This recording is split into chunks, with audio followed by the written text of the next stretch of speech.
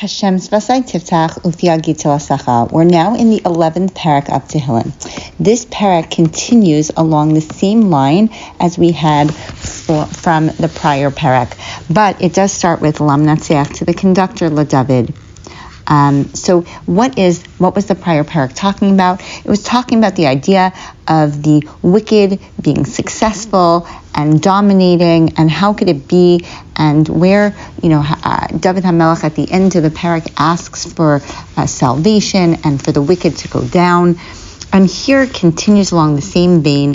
Bahashem chasisi, in Hashem I take shelter. Ech tamru nafshi, how can you say to me, Nodi harchem tzipor, flee your mountain like a bird? So the Mefarshim talk about, what does this mean? Either it's saying, you David, you have no chance, you're like a bird, so you go flee, but it's not going to be of any benefit to you. And this is in reference to what happened with Shaul. So if we go back in history a little bit, we have an understanding that when David was to the anointed king, Shaul went absolutely crazy, and he made some really, really terrible decisions. And David was on the run, and he had to flee. At some point, he admits to Shaul's son Yonasan that this is not going in the right direction. Your father is really nuts, and I don't know that I'm going to make it.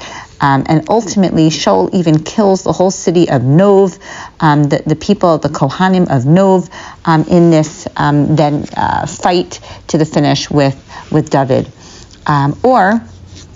Again, we know that David's idea is a universal principle. Like, why be religious? Why feel that things are going to go well, that Hashem is really here, where there are so much, perhaps in this world, to the contrary, that there are so many people that are being successful in the terror that they mete out to the world.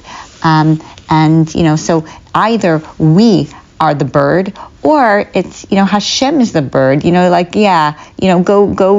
to this weak a mountain that is like a bird. There's that Hashem's power in this world is so weak, and so here is the spiritual and or the physical enemies kind of trying to bring us down. And hine harushaim yerdechun keshet konenu chitam al yeter liros kama ofel liyushrei leiv. For the wicked, they draw their bows, and remember, they set their arrows from afar. They're this in light of last parak, and perhaps in light of what's happening in history, that we're living through right now.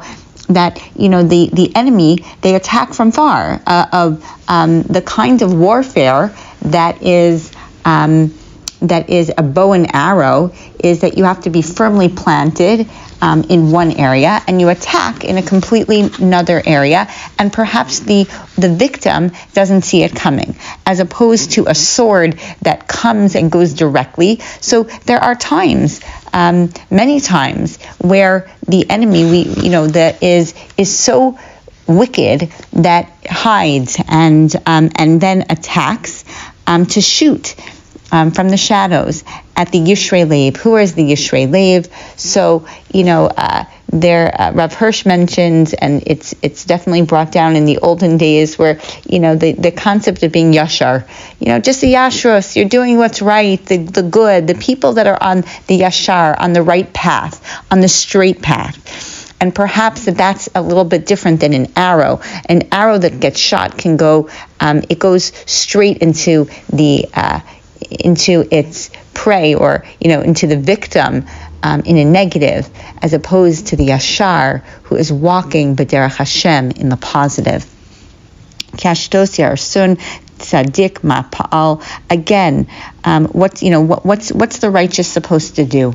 Meaning, there are so many times where it just seems that the enemy and of Klal Yisrael, of the world, of goodkite, of goodness, is really it's breaking the foundations of mankind. And it does seem that there is nothing, ma pa'al, like what should the righteous do? And then Hashem beheichal kodsho, Hashem b'shamayim kiso, einav yachazu, afapav yivchu b'nei adam. This is the beautiful answer to that. First of all, Hashem is sometimes beheichal kodsho. Sometimes He is in our shuls, in our schools, in our basei midrash, in our homes, and we feel His presence.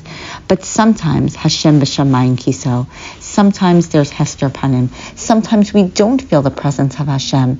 Sometimes it feels like we've been abandoned. But einav yachazu, His eyes gaze down. Just like there are people who are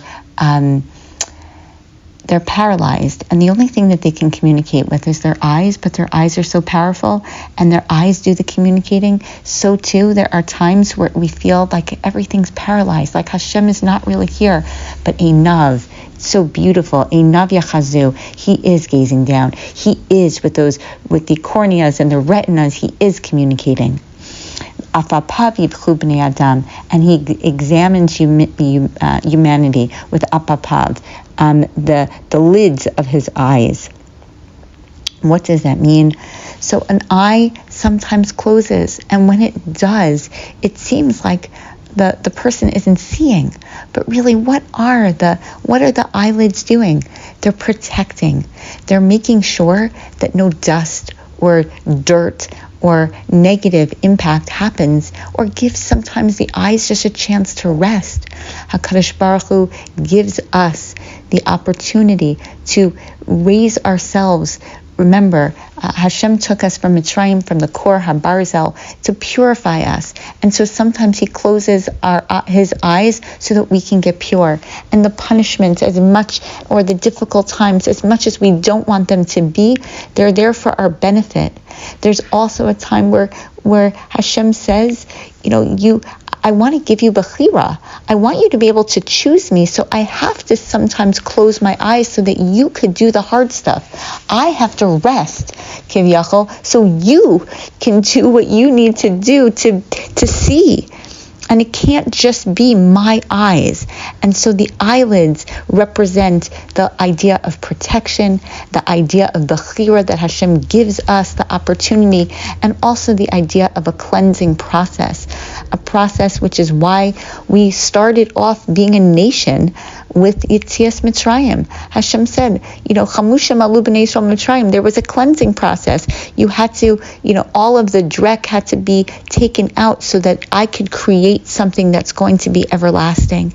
And that is, we know in our lives that it's so hard when hard things happen, and they happen all the time, disappointments all day. But that's Hashem's way of cleansing us, to make us be better people so that we can overcome the challenge, cope, learn to be empathic, learn what's truly valuable, learn to take stock in what we have, because oftentimes we can't really know what we have if we have it all the time.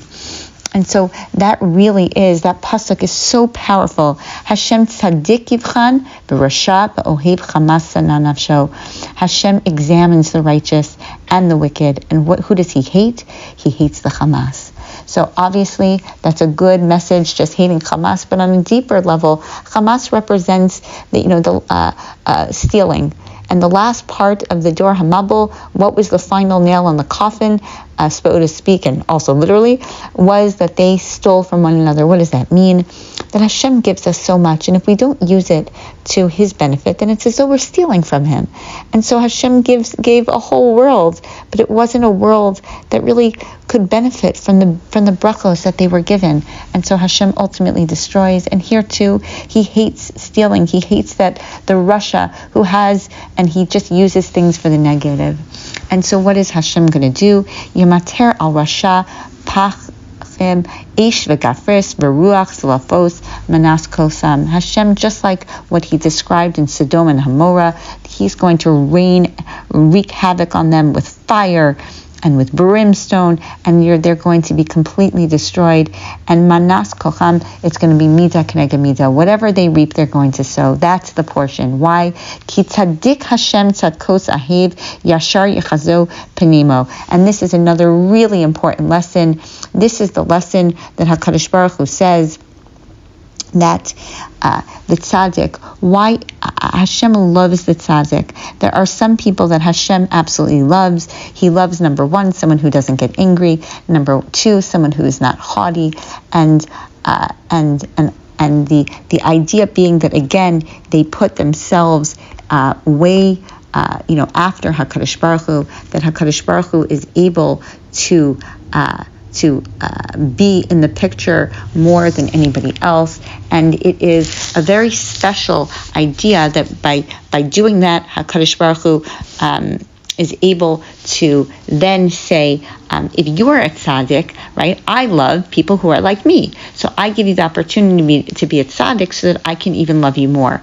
Because we know in life that those of us that we have real connection to, those are, and the third is someone who's not drunk, someone who's present. So HaKadosh Baruch Hu loves someone who doesn't get angry, someone who's not drunk, and someone who is mochel on their kavod.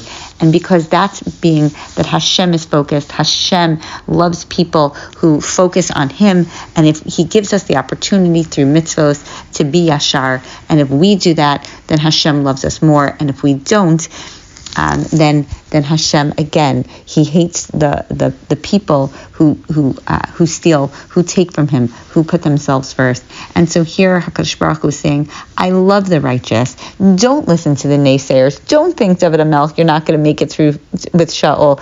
Don't think, Klal Yisrael, all throughout the generations, that the wicked ultimately will succeed. That is not true. Ultimately, it is the tzaddik who succeeds. What a strong and powerful message, and a timely one for us in these days.